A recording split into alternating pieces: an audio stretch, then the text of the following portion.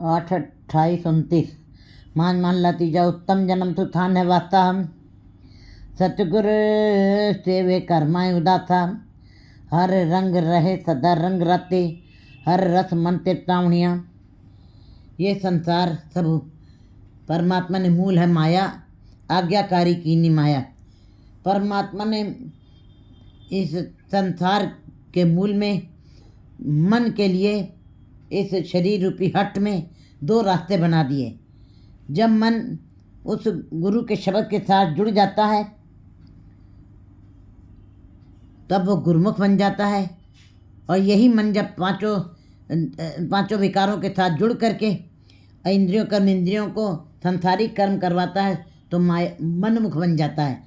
तो क्योंकि इस शरीर के अंदर मन का ही खेल है, मन ही खेल रहा है। मन ही मन की दौड़ जिधर ज़्यादा हो जाती है जीव वैसा ही बन जाता है। उत्तम जन्म सुथान है वास्ता। उत्तम मनुष्य जन्म ही उत्तम जन्म है जिसके अंदर परमात्मा के नाम का वास है। बाकी पशु जोनियों के अंदर पशु जोनियाँ बड़ी ज़रूर हैं, मनुष्य से बड़ी दिखाई देती हैं, लेकिन उनके अंदर परमात्मा का नाम नहीं बच सकता। देवताओं के अंदर प्रकाश जरूर है, लेकिन उनको मनुष्य देही नहीं मिली है। मनुष्य जन्म ही एक ऐसा है जिसके साथ जुड़ करके मनुष्य इस परमात्मा के नाम की लूट को लूट सकता है और अपने जीवन को सफल कर सकता है। यही जन्म है जहाँ पर उत्तम जन्म है जहाँ पर जिस जगह पर सतगुरु सेवे कर्मा उदाता। जिस जन्म में परमात्मा के साथ मनुष्य जुड़ सकता है, बस शर्त है कि वह सतगुरु के शब्द के साथ जुड़ करके नाम की कमाई करे। बाकी संसार में रहते हुए चाहे जितने भी धार्मिक कर्म किए जाएं, चाहे जितने भी जप तप पुण्य किए जाएं, लेकिन वो परमात्मा के साथ मिलाप कराने में असमर्थ हैं, सदा ही रहेंगे। बस वही नाम वास्तविक है जो गुरु के शब्द के साथ जपा जाता है। गुरु के शब्द के साथ जब जुड़ करके जीव नाम जपता है तो अपने घर में ही रहते हुए उदास हो जाता है। उदास का मतलब है संसारिक कर्म करते हुए परमात्मा के साथ जुड़े रहना, संसारिकता के भावों से ऊपर उठ जाना। हर रंग रहे सदा रंग राता। फिर ऐसे जीव हरि के रंग में रंगे रहते हैं और रहे सदा रंग राते, और उनके ऊपर परमात्मा का रंग चढ़ गया है, वो उसी के रंग में भीज गए हैं, उसी के रंग में रंगे गए हैं। हर रस मन तृप्तावण्या। और हरि के रस में मन को आनंद मिला है, ब्रह्मानंद की प्राप्ति हुई है और मन तृप्त हो गया। बाकी संसारिक सारे साधनों से चाहे जितने भी सारे साधन इकट्ठे कर ली जाएं, मन कभी तृप्त नहीं हो सकता है। क्योंकि ये जितना भी संसार की हमको चमक दमक दिखाई दे रही, सुख साधन दिखाई दे रहे हैं, ये मन को तृप्त करने के लिए नहीं है। मन इनसे कभी भी तृप्त नहीं हो सकेगा, न हो सकता है। क्योंकि अगर जो तृप्त होना होता तो आज जितनी सारी सुख सुविधाएँ जीव के सामने परमात्मा ने दी हुई हैं, वैज्ञानिकों ने खोज करके बाहर की खोज करके सारे बाहरी सुख साधनों को इकट्ठे, बाहरी सुख साधन सांसारिक हैं, इसीलिए मन को तृप्त नहीं कर सकते। मन को तृप्त करना है का मुख्य साधन हरि के साथ जुड़ना है, गुरु के शब्द के साथ जुड़ करके हरि के नाम को जपते हुए उसका रंग अपने ऊपर अपनी आत्मा पे चढ़ाना और उस रंग में रंग करके उसके रस को अनुभव करना है। फिर जीव जो है सदा के लिए तृप्त हो जाता है, फिर आशाएं कामनाएं और तृष्णाएं उसके अंदर नहीं रह जाती हैं। हम वारी जो वारी पढ़ बुझ मन मसवणे। मैं ऐसे जीवों के ऊपर कुर्बान जाता हूँ, बलिहार जाता हूँ, जो केवल रसना से परमात्मा के नाम को पढ़ते ही नहीं हैं, बल्कि सुनते भी हैं और उसकी समझ उसके ऊपर विचार भी करते हैं। सुनिया मनिया मन कीता भाव। फिर कहते हैं हृदय में भी उसको बसाते हैं। पढ़ बुझ मन बसावण्या। पढ़ करके बूझ करके विचार करके अपने मन के अंदर उसको बसाते हैं। गुरुमुख पढ़े हर नाम सलाहे दर सच्चे सुबह पढ़े। गुरुमुख जीव ही जो हैं परमात्मा के नाम को पढ़ते हैं और हरि नाम की सराहना करते हैं, सिर्फ सलाह करते हैं, और परमात्मा के सच्चे दरबार में उनको शोभा भी मिलती है, उनको मान भी मिलता है। रहो अलख अपेव हर रहा समाई। जो परमात्मा अलग है, जो इन इंद्रियों के साथ दिखाए हम देख नहीं सकते, क्योंकि हमारी इंद्रियां संसारिक हैं, हमारी इंद्रियां सीमित हैं, इसीलिए वो निरंकार असीमित है, इसीलिए ये परमात्मा को देखने में असमर्थ है। वो परमात्मा अलग है, अभेद है, उसका कोई भेद पा नहीं सकता है, अच्छेद है, अभेद है। कहते हैं बिल्कुल परमात्मा को उसको कोई भेद नहीं सकता है, हर रहा समाये, और वो हर कण कण में वो समाया हुआ है। जैसे फूलों में खुशबू दिखाई नहीं देती है पर हमें आभास होता है, ऐसे परमात्मा को अनुभव किया जा सकता है। उपाय न किसी पाया जाए, संसारिक किसी कार्य कर, संसारिक में रहते हुए चाहे जितने भी संसारिक धार्मिक कर्म किए जाएं, संसार में रहते चाहे जितने भी धार्मिक कर्म किए जाएं, चाहे जितने भी धार्मिक पुस्तकों का अध्ययन करके ज्ञान इकट्ठा कर लिया जाए, चाहे जितने भी दान पुण्य कर लिए जाएं, कहते हैं आप बराबर कंचन दीजिए और भूम दान, गौ दान, सेजादारी, कहते चाहे ऐसे दान नित्य नित्य कीजिए, राम नाम सर तब न पूजे। राम नाम से तुल्य कुछ भी नहीं है। गुरु जी बता रहे हैं कि वो किसी भी बाहरी अन्य किसी भी उपाय से, किसी भी तरीके से वो प्राप्त नहीं किया जा सकता है। कृपा करे त सतगुर पेटे नदरी मेल मिलावणिया। जब परमात्मा कृपा करता है तब जीव को हरि के साथ, तब जीव को सतगुरु के साथ भेंट करवाता है, मिलाप करवाता है। जब हरि स्वयं कृपा करता है किसी के ऊपर, नदरी मेल मिलावणिया, और फिर गुरु उस कृपा करके उसके ऊपर शब्द को दृढ़ करवा करके परमात्मा से मेल करवाता है। दूजे पाए पड़े नहीं बूझे। जो परमात्मा के नाम को लिव धातु दुई रहा है, कहते हैं तो लिव धातु दुई रहा है, लेकिन जिन जीवों ने धातु को चुना है, मन मरे धातु मर जाए, मन को विकारों की तरफ से नहीं मारा है और धातु के साथ ही जुड़े रहे हैं, कहते हैं फिर वे परमात्मा से मिलाप नहीं करते। अगर जो प्राप्त करना है, कहते हैं वो गुरु जी होता है दूजे भाई पड़े नहीं बूझे। जो संसारिक विचारों में रह रहे, संसार की बातें करते हैं, संसार की को ही देखते हैं, संसार की ही बातें अपने रचना से करते हैं और संसारिकता ही में रमे रहते हैं, परिवार में, बाजार में संसार की पकड़ जकड़ में हैं, उनको ही मायाधारी कहा जाता है। उनको ही दूजे भाव माने संसारिक विचारों के भाव में परमात्मा एक है और 2 3 4 सारी संसारिकता ही की बातें हैं। दूजे भाव माने द्विभाव में जीना, थोड़ी देर के लिए सच बोलना, फिर झूठ भी बोलना, थोड़ी देर के लिए मन को शांत करना, फिर थोड़ी देर के बाद वही मन कठोर हो जाना।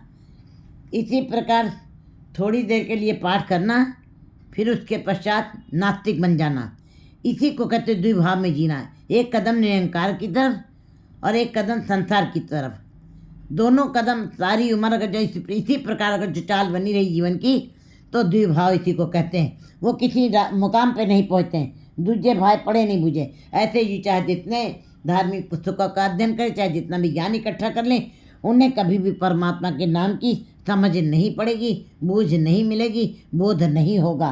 त्रिपद माया कारण लूझे, क्योंकि वो त्रिगुणात्मक माया के वश में आ गए हैं, उसके पंजे में आ गए हैं। उसी माया के कारण इनको उसी माया के अंदर लूझे रहते हैं, फंसे रहते हैं। जाल दिन हुआ,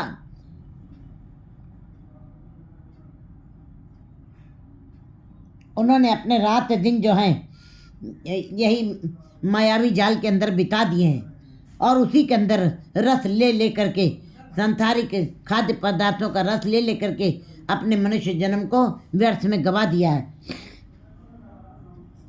त्रिपद बंधन टूटे, गुरु शब्दी मुकद करावणिया। गुरु यहाँ पे जीव को निराश नहीं कर रहे हैं कि अगर जो कोई जीव इस त्रिपद माया के अंदर उलझ के रह गया है, उसी के अंदर फंस के रह गया है, अज्ञानतावश अगर जो इन बंधनों से मुक्त करना होना चाहता है, त्रिपद बंधन टूटे, अगर जो तोड़ना चाहता है, इन तीनों संसारिक बंधनों से मुक्त होना चाहता है, इन बेड़ियों से मुक्त होना चाहता है, इन फाइयों से मुक्त होना चाहता है, तो गुरु के शब्द के साथ जुड़ करके, गुरु के शब्द के साथ जुड़ कर उसकी कमाई करके मुक्त, गुरु शब्द को कमा करके उनको मुक्ति का रास्ता दिखा सकता है। ए मन चंचल वस ना आवे। यह वैसे तो ये मन चंचल है, कभी भी स्थिर नहीं होता, चल चल है, ये कभी रुकता नहीं है, एक क्षण के लिए भी नहीं रुकता है। यहाँ तक कि अगर जो देखें हम ये शरीर को, भूख तो है, लेकिन ये कुछ देर के लिए भोजन के बिना रह सकता है, और कुछ समय के लिए पानी के बगैर भी रह सकता है, और कुछ समय के लिए जो बड़ी सारी तपस्या करते हैं, अपने शरीर को, श्वासों को साध लेते हैं, वो थोड़ी अपने श्वासों के बगैर भी रह सकते हैं। लेकिन ये मन इतना चंचल है, कभी भी स्थिर नहीं रहता, सदा ही चल चल करता है। जैसे समुद्र में लहरें हमेशा उठती रहती हैं, इसी प्रकार इसके अंदर विकारों की लहरें हरदम उठती ही रहती हैं। ये सदा मन चंचल है, संसार में ही रमता रहता है, बस ना आवे, ये वश में नहीं आता है। ये कितना चंचल है, कितना तेज दौड़ता है, जितनी तेज आकाश में बिजली चमकती है, ये उससे भी तेज गति से चलता है, ये उससे भी तेज कहते कितना चंचल है। वो मन कहता है कि गरुड़ ध्वज तो एक सेकंड के अंदर तीनों लोकों का भ्रमण करवा देता है, 33 करोड़ देवताओं को। लेकिन ये मन चंचल कहता है तुम्हारे जैसे 1000 गरुड़ ध्वजों को एक सेकंड के अंदर, वो मन उससे भी ज़्यादा, हजारों गरुड़ ध्वजों की चाल से भी ज़्यादा तेज है। एक क्षण के अंदर खरबों खरबों मील तक हो आता है भाव। जैसे कि हम यहाँ बैठे हुए हैं अपने छोटे से गांव के अंदर, ये मन कनाडा भी चला जाता है, ये मन लंदन भी चला जाता है, ये मन अमेरिका भी घूम रहा है, ये मन कुल्लू मनाली भी घूम रहा है। कैसे घूम रहा है? ये केवल विचार हैं, ये चल चल चल चल हर दम ये अपनी कल्पनाओं की दुनिया में जीता रहता है। अंतरकल्प बाह्य जोनी, अंदर कल्पना की ये चाल में ये उड़ा रहता है। दुविधा लगे 10 दितावे, और दुविधाओं में पड़ा हुआ ये 10 दिशाओं में भ्रमण करता रहता है। ये कभी शांत नहीं होता है और दौड़ लगाए रहता है। बिख का कीड़ा बिख में रहता, बिख ही माय तमावनिया। ऐसे मन जो चंचल हैं, जिनके वश संसार में रहते हुए वश में नहीं आए हैं, जिनके बस दुविधाओं में ही रह गए हैं, ऐसे मायावी जीव जिनके मन 10 दिशाओं में दौड़ते हुए वश नहीं आते, वैसे जीवों के मन जो है कि विष का कीड़ा, वे विकारों के कीड़े बन जाते हैं। बिख का कीड़ा बिख में रहता, और विकारों के कीड़े, मैले के कीड़े मैले में ही रहते हैं, मैले से बाहर नहीं आते। और बिख ही महात्मा पचावनिया, और मैले में ही पच के रह जाते हैं।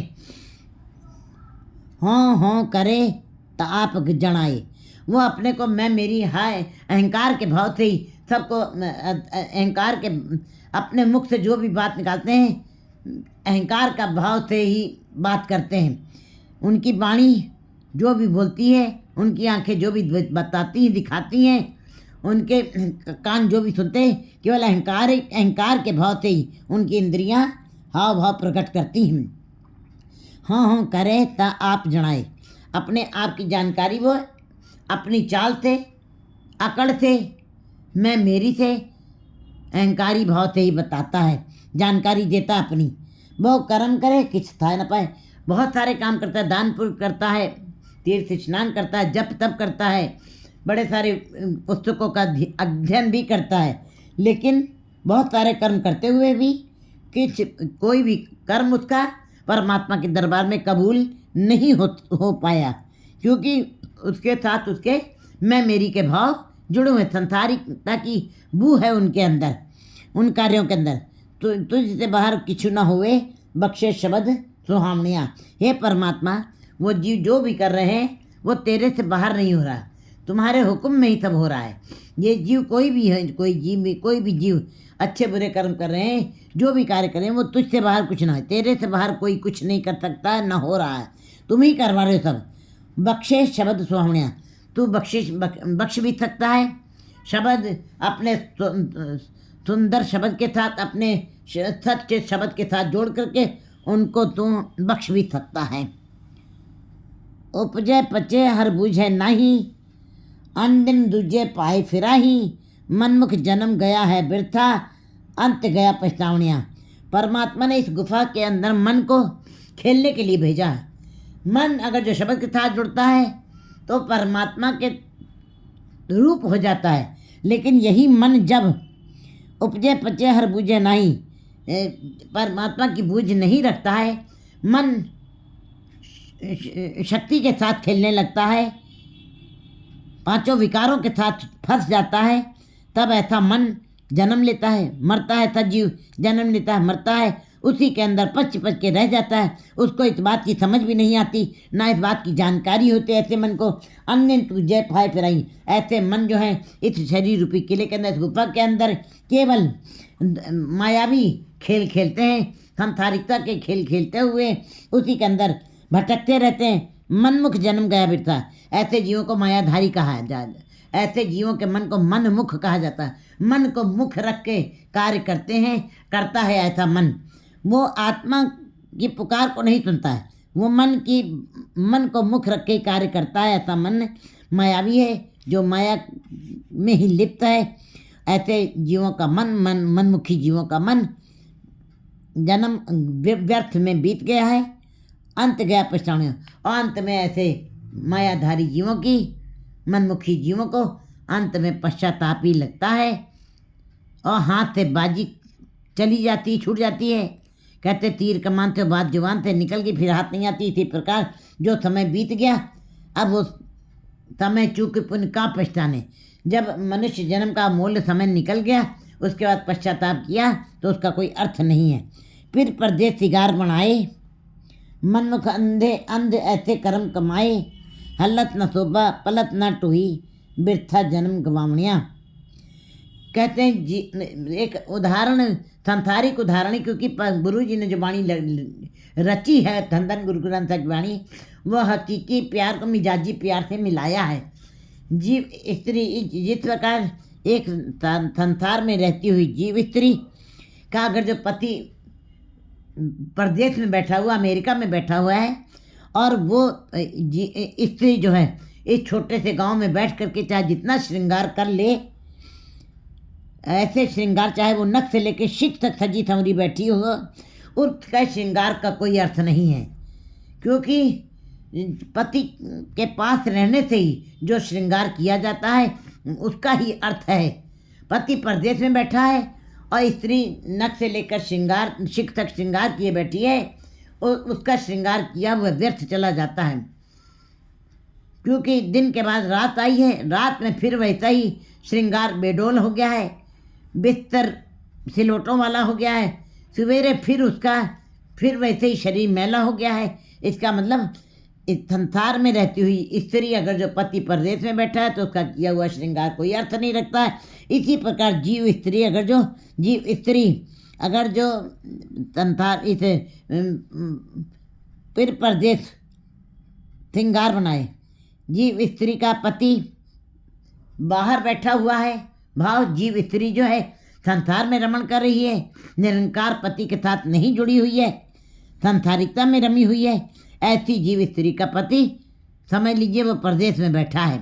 क्योंकि संसारिकता में, संसार में रहते हुए निरंकार को नहीं प्राप्त किया जाता। निरंकार तो जीव स्त्री के अंदर है। फिर परदेश अगर जो जीव स्त्री का पति परदेश में बैठा है और जीव स्त्री धार्मिक कर्म कांड कर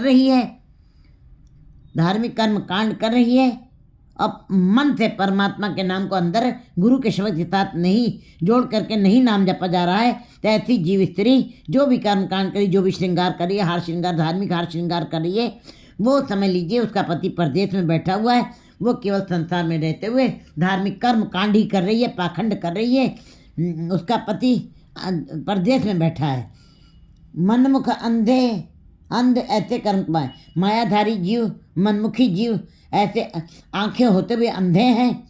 ऐसे कर्म, पाखंड वाले कर्म, ऐसे कर्म उनके पति परदेश में बैठे हैं और श्रृंगार बना रहे हैं। भाव धार्मिक कर्म कांड किए जा रहे हैं, धार्मिक कर्म किए जा रहे हैं और जब तप पुण्य किया जा रहा है, लेकिन गुरु के शब्द के साथ जुड़ करके नाम नहीं जपा जा रहा है। ऐसी भक्ति, ऐसे कर्म कांड मनमुखी होते हैं।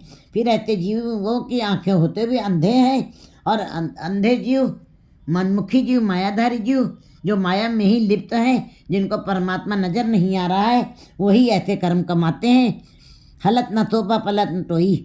उनकी इस लोक में भी उनको मान नहीं मिलेगा, व्यर्थ में जीवन बीत जाएगा और परलोक में भी कोई स्थान नहीं मिलना। पर तोपा पलत ना टोही, वृथा जन्म गवाने। और परमात्मा के दरबार में किसी प्रकार की जगह नहीं मिलेगी और मनुष्य जन्म व्यर्थ में गंवा करके ऐसे मायाधारी जीव चले जाते हैं।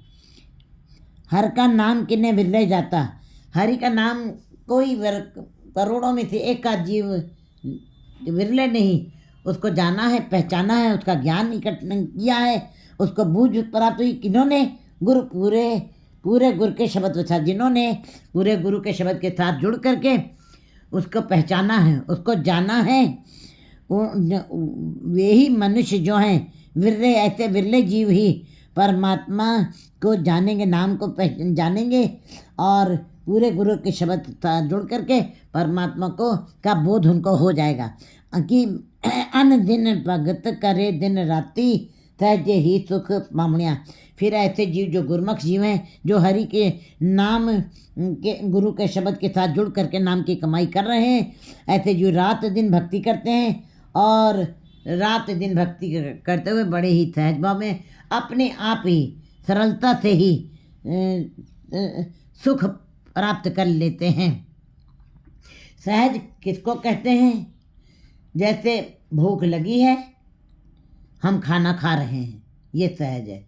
हमें प्यास लगी है, पानी पी रहे हैं, ये सहज है। लेकिन अगर जो वाणी के अंदर हृदय में कोई उमंग नहीं है, तरंग नहीं है, कसक नहीं है, नाम की भूख नहीं है, ऐसा नाम जपा हुआ, ऐसा जप किया हुआ, सहज नहीं कहलाएगा। सहज नहीं कहलाएगा तो कहते हैं फिर सुख की प्राप्ति नहीं हो सकती है। वह भक्ति परमात्मा के दरबार में कबूल नहीं की जा सकती।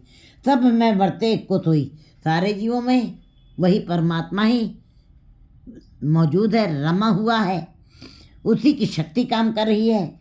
गुरमुख विरला बूझे कोई, लेकिन कोई विरला जीव ही जो गुरमुख है, जो गुरु की तरफ उन्मुख है, जिसने गुरु के उपदेशों को माना है, उन्हीं को इस बात का की समझ आएगी, इस बात का ज्ञान होगा। नानक नाम रते जन सोहै, कर कृपा आप मिलावणिया। गुरु जी कहते हैं कि जिनके पर परमात्मा कृपा करता है वे ही नाम के रंग में रंगे जाते हैं, उसी का रस मानते हैं और वे ही जीव शोभायमान होते हैं, उन्हीं को मान मिलता है और परमात्मा की दरगाह में भी जगह मिलती है। 9, 29, 30